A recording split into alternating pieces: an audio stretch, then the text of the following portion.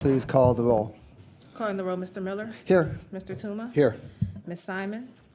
Ms. Simon is absent at the moment. Mr. Gallagher. Here. Mr. Schron. Here. Ms. Brown. Here. Ms. Baker. Ms. Baker is absent at the moment. We have a quorum. Also like the record to reflect that Councilman Brady's in attendance. Okay. Thank you very much. Next item on the agenda is public comment. Do we have anybody signed in? No, no one is signed in. Okay, thank you very much. Item number 4 is approval of the minutes from the October 17th, 2019 meeting. And those minutes are in your packet. Do we have a motion? It's been moved and seconded to approve the minutes from October 17th as presented. Any further discussion? Hearing none, all those in favor say aye. Aye. Any opposed say no. Ayes have it, and the minutes are approved as presented. And the next item is ordinance number 2019-0011. Ordinance number 2019-0011, enacting Chapter 725 of the Cuyahoga County Code to establish an opioid mitigation fund for the purpose of collecting and expending all funds received as part of an action related to the matter of NRA, National Prescription Opioid Litigation. Okay, thank you very much. And I'm going to start by calling upon the prime sponsor, Councilman Schron, for any introductory comments. Thank you, Mr. Chairman. The introductory comments are that our country, our county have gone down a very sad path with the opioid crisis as to where it's taken us. One of the ways in which we as a society are recognizing that we can help to try to address this matter is by trying to bring legislation and litigation to bring to the forefront as to the seriousness of this. We have both of those going on here in the county, and the legislation is one in which we wanted, as the prime sponsor, to bring the funds that are coming through the litigation, whether they be through settlement or through actual judgment, that they would come into the county into a recognized fund that would be identified as the opioid fund, so that we can look the judge in the eye and tell them we're proud of the decisions that court is making, and we promise that we are going to commit to you that we're going to live with the support for those actions to try to improve the situation, to look forward to the future for a time when the opioid crisis is no longer here, and we're going to spend those dollars accordingly to support that action taking place. So it's my suggestion that the dollars will be monitored coming in and then monitored going back out to help solve the opioid crisis. So with that, that's the background for the legislation. Thank you very much. There is a proposed substitute of a fairly technical nature, and I'm going to call upon Mr. McAleer to please explain the substitute. It's in the last 3 pages of your packet. Good afternoon, Chairman Miller, Trevor McAleer, County Council staff. Before you, you do have a proposed substitute at the request of our County Controller, Amy Hemmeline. She requested that we make a change to Section 725.01 where the fund is being established.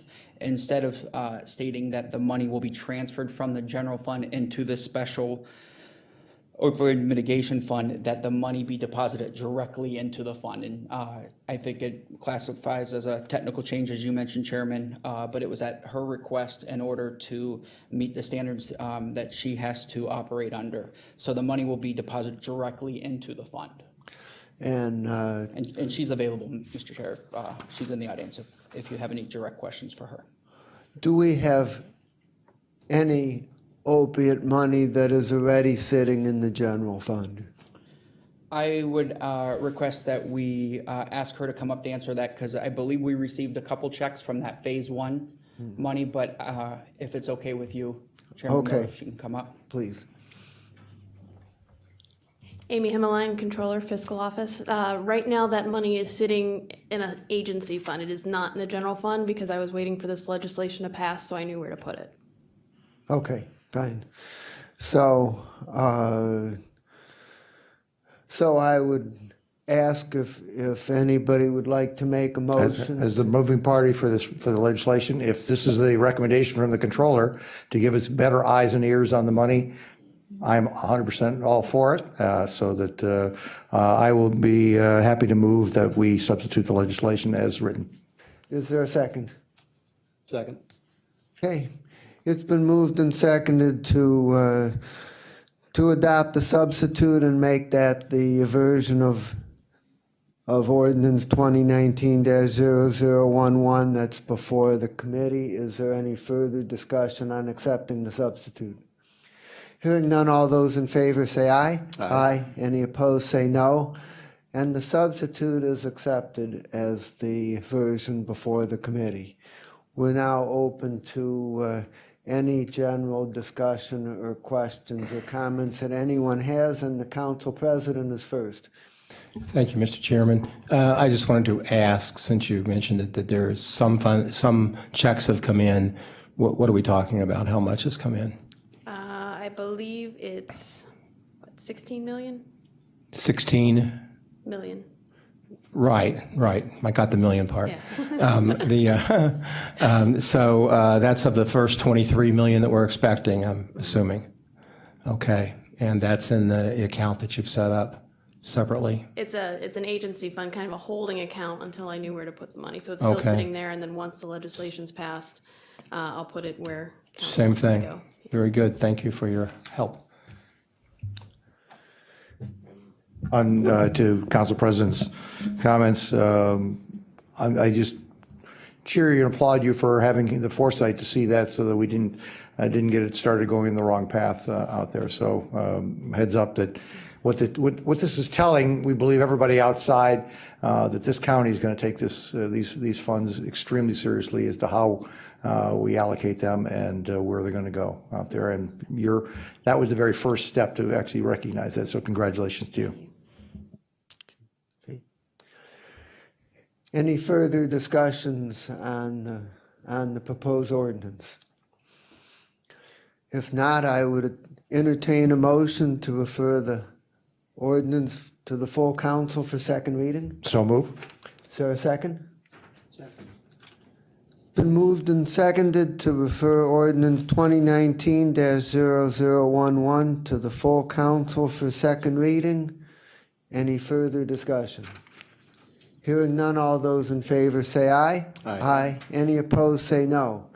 Legislation is so referred, and congratulations to Councilman Schron on bringing this forward. Congratulations to the county. Okay, next item under miscellaneous business. First, a brief update on the budget process. I would just like to remind everybody of my request to please submit any proposals or suggestions for changes to the budget by end of business tomorrow. Suggestions can be additions, they can be deletions, they can be transfers, any of that. They can be in concept with further details to be specified later, but we would like to kind of get a sense of what the universe is for suggestions that people are supporting. So I would appreciate everybody's cooperation on that point. And the second thing is just to remind everybody that the next hearing on the budget will be next Tuesday on November 12th in Committee of the Whole before the council meeting. And the hope is that at that time we would have an initial set of possible amendments to suggest as a substitute, so that we would accomplish at least part of the process of amending the budget. I would welcome Ms. Baker to the meeting. We have referred ordinance 2019-0011 for second reading, And I just reminded everybody that we're asking for amendment proposals, additions, deletions, whatever, by tomorrow. So with that, we're going to go on to the next item on the agenda. The juvenile court asked for time to make a further presentation regarding their request for additional funding. We're happy that you did so because we actually came away from the initial hearing without a clear understanding of what the things are that you're proposing and what the costs of each of the items is, and we're hoping that we'll come away today with a more concrete and clearer understanding. So please come forward.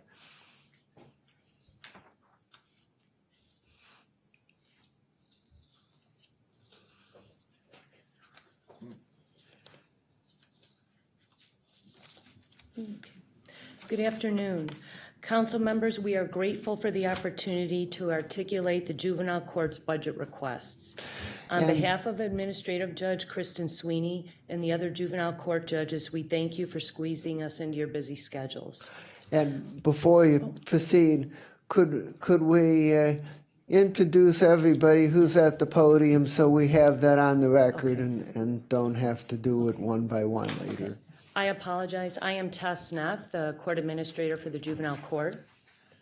My name is Jim Ginley. I am working part-time for juvenile court in a temporary capacity. I work for the county prosecutor's office on a permanent basis.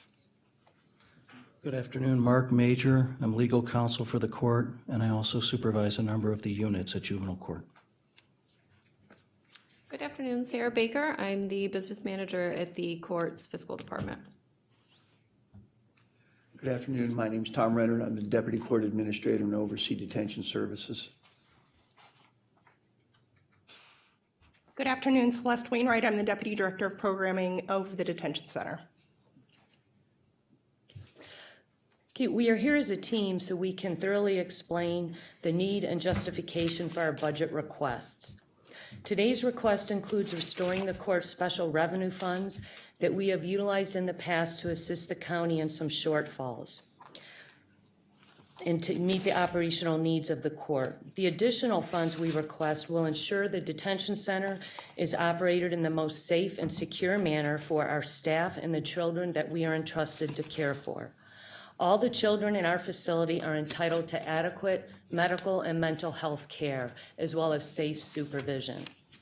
We aspire to be a leader for other juvenile courts and juvenile detention centers by exercising and practicing best practices. All the budget requests, including the additional funds for the detention center, will help us achieve this goal. Okay, so I'm gonna turn it over to Jim. Okay. Councilperson Dale Miller, you had asked for a description or a detailed analysis of what the requests are. I'm here to do that. I could go by page if you wanted, or I could just do an overview of what the levy asks for in the general fund and kind of a narrative on just like the large ticket items, if you'd like, however you'd like me to present it. Okay, what I'd like you to do is to take the general fund and then take the levy fund, and for each of the two funds, list what the items are that you are requesting, why you're requesting them, and how much each one will cost, so that we can just create an itemized list. All right. The handout that we had given earlier does some of that, and if it's not appropriate or you want it in a different form, I'll certainly compile it. I could start with the levy asks. The levy ask for 2020 is $498,000, and it's the same number duplicated in 2021. There's 3 different index codes that are levy funded that we're asking for. There's other levy funds that we're not asking for the budget to be augmented or changed. The first one is juvenile detention services. There's a 1-line item on that, and that's index code JC 107524, and the ask is $390,000 for both years. 272,000 of that 390 is in the contractual services object. It is a increase in cost for psychiatric and medical care and some other record keeping for the university hospital contract. That is being changed because of cost of living being imputed into the contract amounts. We're asking for a psychiatric nurse to be included in the contract, but not as a full-time equivalent for us. So that would be part of the contract total. That's 125,000 of it. And then a part-time medical director for 35,000. The psychiatric nurses is an invaluable tool to be added. We have 50 to 70% of the children that are in the detention center on psychotropic drugs. This is an important monitoring thing that we could have changing in the contract. And also, part of this is the remainder of the 272 between the 390 that we're asking for, the 272 is to offset increased shelter care cost in that budget. Any questions on that one? Please continue. Okay. The other levy fund is juvenile court legal services, and this is index code JC 107532. The only ask there is, when I was doing the mid-year projections, and because juvenile court was allowed to submit their budget later, I had the luxury of using more current data to project out. My projection with the complement that's in place right now, because when I was looking at this in July and August, there weren't any vacancies. I'm asking for, on the court's behalf, $72,000 to be added to that payroll level. And that's the only ask. The other ancillary items are being generated off of percentage-wise, off of that increase. Any questions on that one? Please continue. Okay. The other levy is juvenile court probation services. This requires a little bit more of an explanation, even though you're only going to see a $23,000 increase that we're asking for. Right now, again, it's a small dollar amount, but just to be all inclusive of what we're doing with the projections at that point is just to ask for $23,000 to be added, because that's what I'm projecting the cost for 2019. I have no indication that it's going to be less. But the highlighted item in there, which is the other expenses category, is a little bit more complicated. We're not asking for additional money right now. The funding level is $3 million there. Of that $3 million, there's $265,000 that is other items that aren't the predominant expense category in there, which is board and care. It's board and care, right, Sarah? Okay. And residential. What's happening here is, and Maggie from OBM is here, she'll know the history on it, and you guys obviously do because you approved the last budget. Part of the budget that was approved last time for the 2018-2019 cycle included like a subsidy from the court's special revenue funds that have predetermined purposes and are a bit restrictive, but they can be used for relative items for the detention center, but we'd have to get into a big detailed discussion on that one. What's happening here is we're documenting and putting into the record that right now the court had planned to subsidize and take the cut that was in the budget given to them by using augmented monies from the special revenue accounts. Now, there's still about $2.6 million. Is that right? 2.66 that's set aside in a contract for multiple vendors for the board and care. And the cycle is going to end now, but in the spirit of cooperation and the commitment that Judge Sweeney made on behalf of all the judges in juvenile court, we're leaving that. No one's going to liquidate. That's going to still be used for that purpose until it's exhausted. And when that becomes exhausted, those expenses probably in late 2020 or early 2021, appropriation may not exist for those expenses. And the court is saying that those would have to be picked up. If they were picked up in this particular index code, they'd be additional levy funds that would be obligated. And I just wanted to make that very clear, because there's several steps in that, and am I articulating this appropriately? We're making progress. Okay. Now, are there any other questions on this index code? I do have one more question regarding the levy. Index code JC 107532 is listed at 85,000, but you mentioned 72,000 for juvenile court legal services payroll. What's the difference between the 72,000 and the 85,000? Just going back to that code. I think it's I won't say I think, I'm going to look at the sheet and I'll tell you what it actually is. Oh, there, I see it. The difference is the percentage that's attributed to the OPRS Medicare. Like the OPRS, the employer contribution, I put in a percentage there on the actual payroll. And then a small percentage was put into the Medicare line. I'm not adding FTEs to that where I'm putting a flex benefit like $18,000 a piece for each person, because I'm not saying there's vacancies there. I'm just saying there's a slight dispute between what I say the payroll is and what the offered funding was. So that's the difference. It's just the 72,000 plus the fringe benefit. Okay, so that's all for the payroll expense? Yes, that's Okay. all for payroll. We'll change that to 85,000. Okay. Okay, I think I did the levies. Any other question regarding the levy expenses? Okay, There's 3 general fund index codes. okay. And that we're asking dollars on. One is juvenile court judges. And this one has to do with what we talked about at the other meeting. We talked about the 2 HR positions. We talked about how they would assist in hopefully reducing overtime and absences and different items and background checks and all the other stuff. The difference there also is what I had suggested was an atypical collection of vacancies in this category. And there were, especially in the fiscal department where I'm kind of temporary staged at.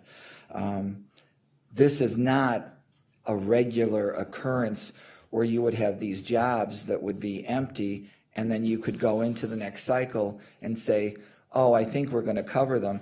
The amount of 594,000 plus the fringe impact of the 162, the 88, and the 12, I put in the OPRS and the flex, especially the flex I put in there because they're not represented in the offer for 2020 and 2021 that came as part of the executive budget.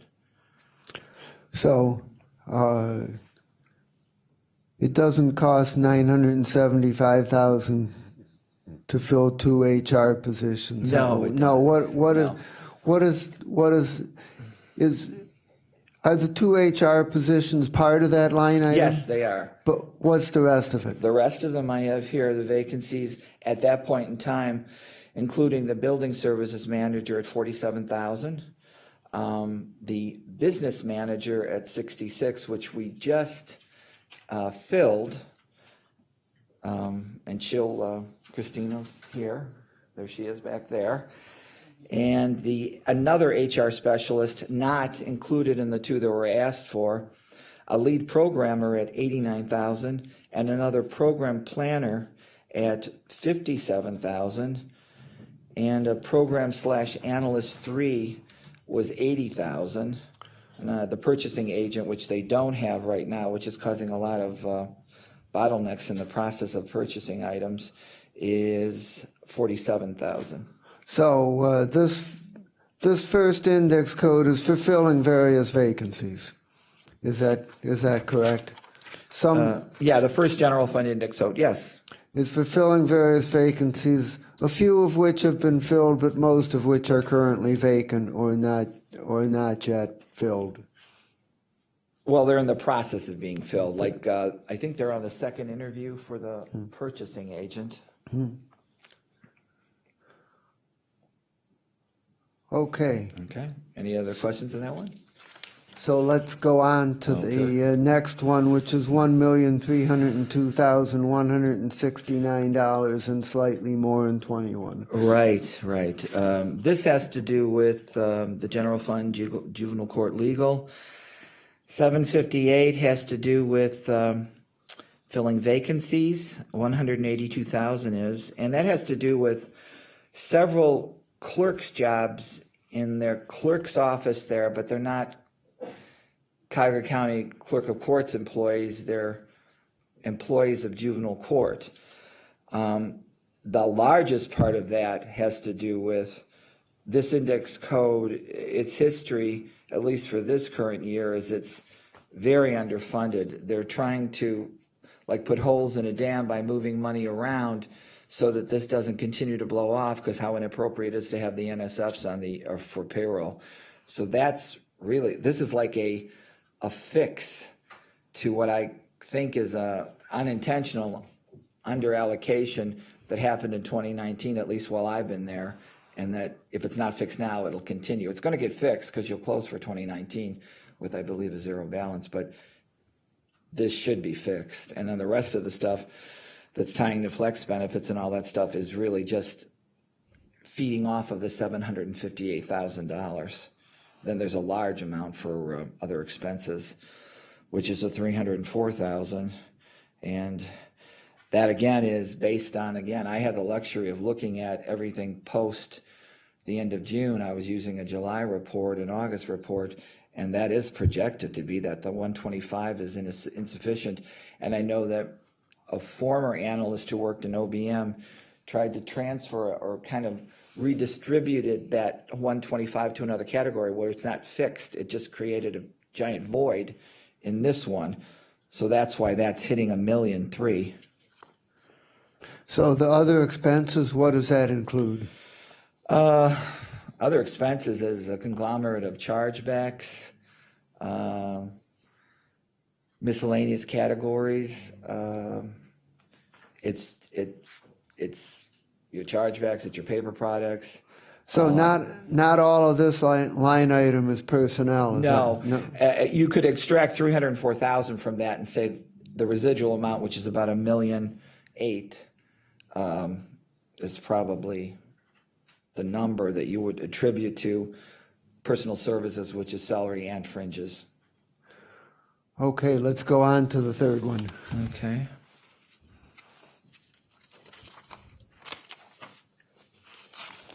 And the third and the last one is the Juvenile Court Detention Center, which is the general fund component budget. And this exclusively is what we had talked about in great detail when we were talking about compliance issues and everything. This is the 10 detention officers that we're asking for to be added to the complement to decrease the amount of children per employee there. And I know that we were talking about what was legally compliant and what was suggested by independent parties and organizations, that their specialty is to devise these kinds of ratios. And we have some experts on that who've done a lot of research on that. Would you like to hear that too? I know that was a point of concern for the council. You may add whatever you think is important. Well, I was going to call let us Mark up to talk, or Tom, I'm sorry, Tom, to come up to talk about the ratios and why the recommended ratios are more important to follow than just to do the bare minimum in a facility that houses children. If I may, Okay, sir. so you're saying you want a better ratio than the minimum state requirement, and so now you're going to tell us why. Tom is going to tell you If why. I may, I'd just like to start with just reading a brief statement. In Ohio, there is Cuyahoga County and then 87 other counties.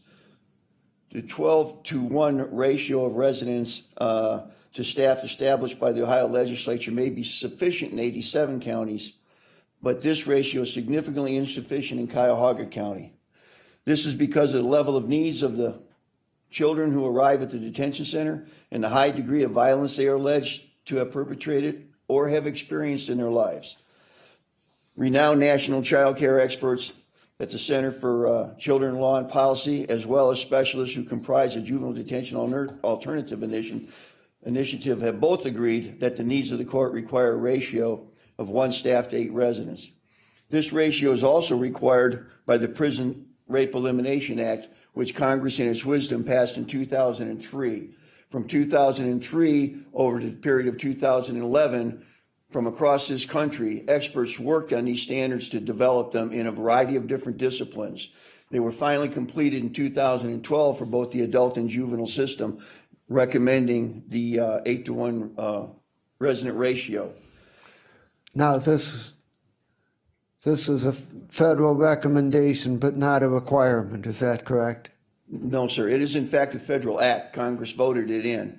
And although in that vote they did not put any penalty for noncompliance, with the idea that for noncompliance, if there is in fact an issue, the penalty will be civil in nature for whatever the courts decide to review in their hearing process and what their eventual awards may be for noncompliance or neglect to the act. So what you're saying is that if we don't reach an 8-to-1 ratio, that we're out of compliance with federal law. Is that correct? We're out of compliance with the Prison Rape Elimination Act. Yes, sir. Okay. And if I may continue, in terms of need, many of the children who come to the detention center have not seen a medical doctor or dentist in years. Many are in need of psychological and psychiatric services, inclusive of substance abuse that was talked about earlier. Many of the kids that come in the detention center gain a good deal of weight while they're in the detention center because they don't eat properly in their homes. It has been expressed by some residents that they don't want to be released from the detention center because they feel safer there and are fed every day. In terms of behavior, the detention center has housed up to 20 residents charged with murder at one time. We currently have 10 residents on murder charges in the detention center. The detention center houses 55 residents charged with the felony of the first or second degree. 18 of the residents in the detention center are over 18 years old and are adults. 50 to 70% of the residents are on psychotropic medication, which has been brought up earlier. High levels of overtime result in staff burnout, dangerous conditions, and high attrition rates. The gang activity in the detention center, particularly the heartless felons, is a very real risk, which requires constant vigilance by staff. And there has been a history of that, not only in the juvenile detention center, but in the county jail as well, and the consequences there. The many needs of the Cuyahoga County Detention Center residents require a more robust ratio than what is allowed by the state of Ohio. Additionally, youth in the detention center placements are 50% more likely than their peers to either experience suicide, suicidal ideation, or suicide attempts. Failing to provide an increased ratio will increase the hours of confinement residents experience, thus dramatically increasing those potential risks of harm. Additionally, I would like to add that the idea of standards is to create a safe environment and implement effective programming based on the best practices. And this has been reinforced in federal rulings across the country, including within the Sixth Circuit that we live in the case against Ohio Department of Youth Services and found in favor of the plaintiffs. We're required to provide that program. We're required to provide mental health services. We're required to provide mental health, medical, psychiatric services, and substance abuse services just based on the ruling from the area that we live in. Additionally, I would suggest for all of us to take a look at the services of the detention center should be directly related to the services of the community for the youth in the community. We need to see the kids in the detention center, not who they are currently, but for who they become, if we can see that potential and redirect that. We have an opportunity to alter, to change that behavior, redirecting them into a more productive society, a more productive lifestyle for them, and to avoid going to the county jail, to avoid going as they hit adulthood into the services and safety nets for the adult in the adult system, which is very costly. We've got an opportunity to address them with areas of education, both academic and non-academic, that can give them vocational help, continuing education, secondary education, college certificates that they can get into the trades or other things with and make a transition into a different life than what they've been exposed to so far. That's all of our responsibilities, and that's what I would suggest to the board. Okay, and let me ask you a question. How many other counties in Ohio are we aware of that are operating at the 8-to-1 standard or better? Numerous. Numerous. Yes, I can tell you, Mahoning County, I know is at that standard. Summit County is at that standard. They became a JDI facility as well. Franklin County has done that a number of years ago. I want to say Dayton, Montgomery County has put several programs together, including a treatment program within the structure of their detention center. Okay. Are there any questions by my colleagues? Councilman Gallagher. So, sir, you're saying since 2003, the standard federally was there? Yes, sir. So we've been out of compliance for 16 years? And We're not meeting that, yes, sir. we've been out of compliance for 16 years. That's the federal act, yes, sir. Okay. And we're hearing about this now. Apparently, yes. 2 years ago, we didn't hear about this. I don't have an answer for you, I sir. don't think you were you here? No, sir. I didn't I've think so. been here a little over 6 months. Well, let me, and I may be wrong, but I think I'm right. 2 years ago at our hearings, and the executive turned this all down, right? That's Denied this. my understanding, yes. See, 2 years ago, the courts got together, it seemed, and all said, don't give us money, give it to domestic relations. And we did. And this year, I find it interesting. They all said, don't give us money, give it to juvenile court. Something going on that I'm maybe not seeing here? Not that I'm aware of, sir. Anybody have an answer to why all the courts would say give money to juvenile court this time around and domestic 2 years ago? Which piques my interest. We're out of compliance in this very important federal program, but now we have to have it. Not 2 years I have no ago. answer for you, sir. Same administrative judge, same judges, same everything. And so we don't know if we had a meeting with all the other courts and said we'll load up on our end and go to the county council and go against the executive's recommendation, which we did Nothing last. that I'm aware of, sir. Okay, thank you. Am I correct that everything that we've heard today that you requested from the administration when they had their process where they asked each department to submit their budget and said that you could submit requests for increases, all of this was sent to the administration, is that correct? To my knowledge, yes, sir. Okay. Councilman Schwan.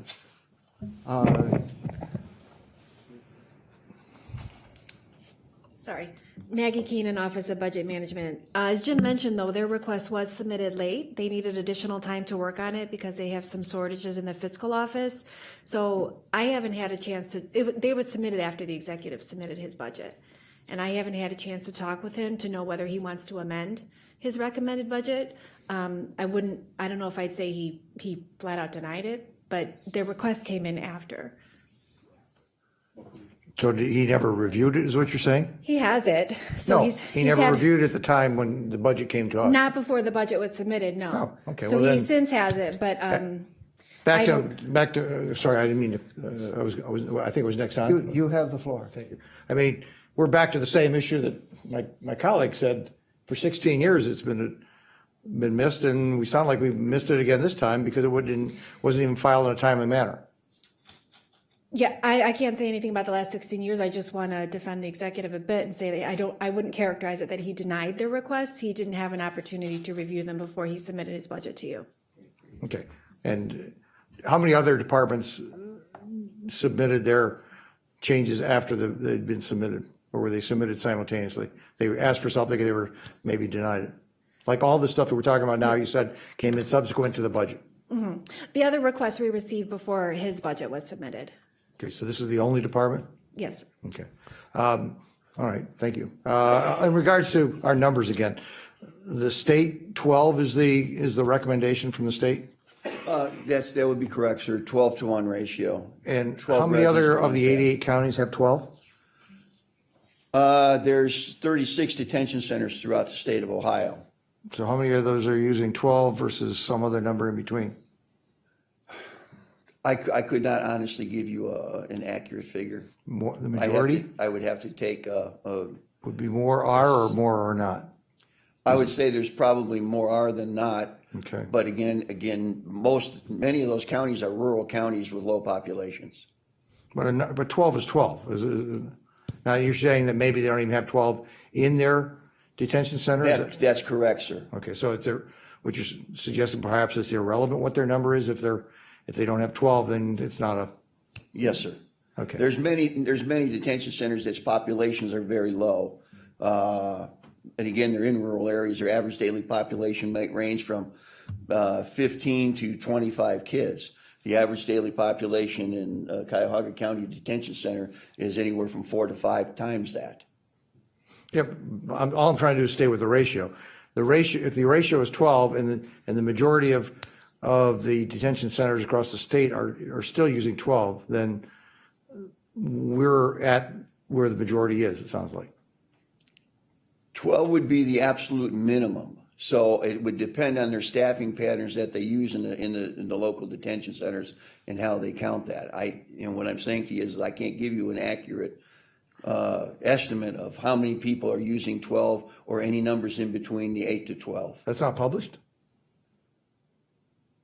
I would have to contact the other detention centers around and look for that. That's not a sir. published thing that you just go right to within your industry and identify? No.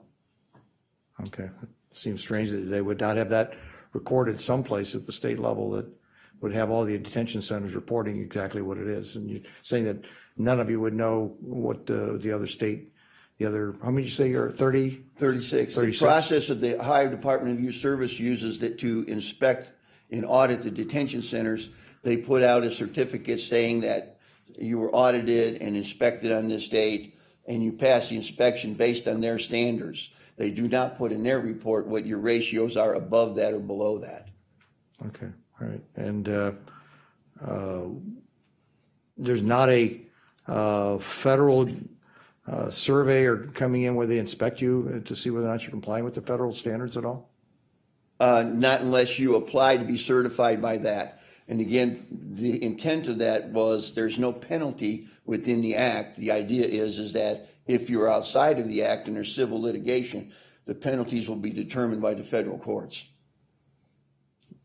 Well, the penalty's only going to be determined if there was some kind of action, I would assume, as a result of the activity. It's not because of pure number.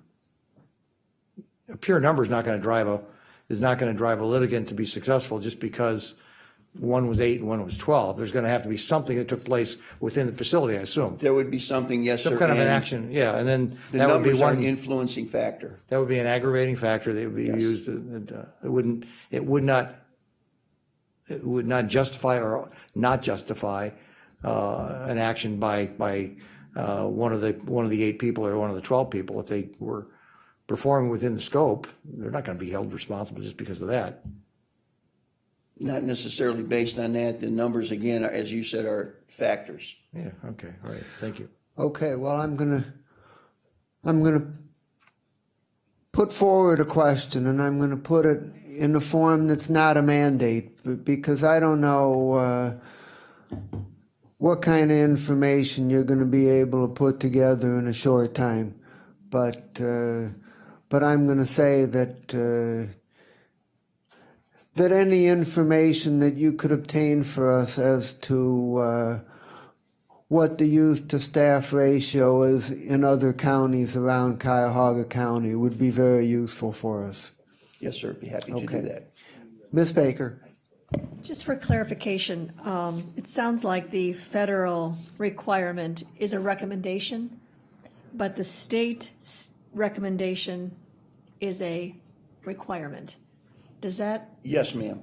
okay, so we We're have to audited by have, the state of Ohio, yes. so we have to have a minimum of 8, A minimum of 12 for the state. minimum of 12 for the state, and then it's recommended by federal government to increase that to, or I should say decrease it to an 8. Yes, ma'am. So the federal government would not find us out of compliance, but the state level would if we did not have 12. Correct, yes, ma'am. I'm going to follow up on that a little bit. My understanding from what you said earlier is that the federal law is more than a recommendation. The federal law is a requirement. However, it has no enforcement mechanism purely on the numbers. Is that correct? That would be accurate, yes, sir. Okay. Councilman Gallagher. Mr. Chairman, your call, but this really should be reviewed by the executive before it comes to us. And I know this is out of order, but I'm just wondering what the executive team has to say about this. We are definitely, when I've talked about budget recommendations, I've made a point to, every time I've brought this up, to say that we're looking for suggestions from my colleagues, the council members, and we're also looking for suggestions from the executive. Because every time we've done the budget, by the time we go through the process, the executive has some changes that are required. Usually a lot of them are technical in nature, but there's usually a few substantive things that come along the way. So we are definitely gonna be asking the executive to make a recommendation for us for the November 12th meeting as to whether or not he recommends that we put additional money into this area, and we're going to have that recommendation from the executive. Could I also ask Ms. Keenan a question? Yes, you may. If you know, Maggie, you remember back when we had the riot over there and juvenile court came to us and they asked for more personnel and some other things, and we provided that? Did we provide that? Did we follow through on that? Yes. We increased the KG. We increased, yeah, I'll have to get back to you with the details. Yeah, because I'm just wondering why this now and not then. I'm sorry, I can't answer that question. Okay, But, I didn't know, it's kind of out of left field. If you can get that, because, yeah, we again, did- and that was about 3 years ago, 4 years ago? two Two or 3 years years ago? ago? I don't It know. was on the off year, so. Yeah, but I If you can get that for you. that would be helpful. Yeah, absolutely. And when we created that increased staffing level, have we maintained that staffing level since, or has there been attrition? There's always attrition. Is there two things I can clarify? One, can I go back to the budget deadline? We, far in advance of the deadline, spoke with Maggie Keenan about our dilemma in the fiscal department. Our director has been out for many months, out on a leave. We've had staff who left, and she was kind enough and she granted us permission to go past the deadline. So it's not like we intentionally, tried to violate or surpass that deadline. And we also, to get help, I had to get permission from the prosecutor's office to get Mr. Ginley to assist us. I also tried with the general division, and Mr. Ginley was the one that was available to help us, and he's been a godsend, frankly. And as far as So on that point, we are not going to penalize anybody because of the timing problem. thank you. We are going to work with the administration. We're going to study this.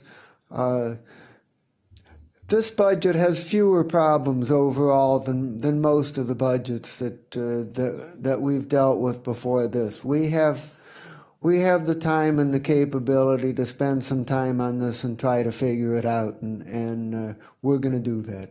Thank you. And I just want to address Councilman Gallagher, your question about additional staff after the riot. There was not a problem with staff at that incident. There were plenty of staff. The problem was they failed to act in an appropriate manner. So that wasn't an issue. I do not recollect getting additional staffing funding from that sole incident because it wasn't an issue of staff at that time. And that's why I asked Ms. Keenan if she recalled that, because we were brought in around Christmas, I recall, Correct. with a meeting with Sheriff Bova and the judges, and it was a bad time. We had to figure something out. Correct. And I don't know what came out of that. I can't recall, but I thought maybe more staffing was involved. Maybe not, but there was extra money because I know we supplemented. And I'm sure Maggie she'll be able to clarify Yeah, that. yeah. Okay. Yes, Councilman Sean. I thought I recall that we did some facilities improvements that were during that, because wasn't there some problems with the fencing and the ability to get outside of that second floor? That individuals were allowed to. There was a gap over the ceiling, and there were people that had. I thought there was some things where we extended the. I thought we extended the rails up and extended the fencing up. Pardon? Yeah, the There was only never a unit problem is- with anybody going. No, there may have been discussion about the perimeter fence in the rec yard. But This was inside. yeah, I don't think we've had any kind of Mr. Chairman, I Yes. think, repairs on that. I think it was blind spots with the cameras in the hallways. Mm-hmm. I think that was it. Yes. There was nothing wrong with perimeter fencing. Interior fencing. And I can add that I know that we provided additional staffing, but I don't think the additional staffing was real directly tied to this one particular incident that was referenced. It was more of a more general ongoing problem that we were responding to at that time. So I'm not seeing any further questions, but before we adjourn, I'm going to ask our distinguished presenters if there's anything further that you would like to add before we close. You're more than willing to open to do so. We did send electronically, and I think Mark brought hard copies for each of you, packets that are very detailed. We have several letters of support, one from the Washington, D.C. Children's Law Center on policy, as well as from Case Western Reserve, the Children's Schubert Center. Just supporting us on the need or the request for the extra funding for detention, the ask that we're requesting. Okay. Anything else, Ms. Baker? Just curious, the 4 additional people going from 12 down to 8, do you have specific responsibilities that those would have that are different than the ones that are there now, meeting the state requirement? We do. That would provide opportunities to increase the monitoring supervision of the residents. It would be able to break the residents into smaller groups so that they could participate in different styles of programming, including both academic and non-academic learning processes, participate in volunteer activities, et cetera. So the entire, all would have the responsibility, wouldn't be separated by those that are going to be hired in addition to the, who's there now, everyone, Would have all shared 8, responsibilities, yes, ma'am. their responsibilities would change. Yeah, there'd be shared responsibilities, yes. And also, when you have a lower child to staff ratio, it prevents extended room confinement. It's just, I mean, I don't need to tell you the psychological, problems that creates. And if we have enough staff to sufficiently keep the kids busy with programming and activities, they're going to expend the energy instead of sitting there pondering how they're going to try to escape or fight one another. So it's just keeping their minds occupied in a positive way. I know this is a federal standard 8-to-1, but do you agree that 8 makes the difference? I mean, not 6 or 4 or instead of 10? I mean, why is it that 8 seems to be the number? Is that what you agree with also, if you were to write your own I would love to have one-on-one, to be honest, but I know that could never happen. Do you know the history on the 8?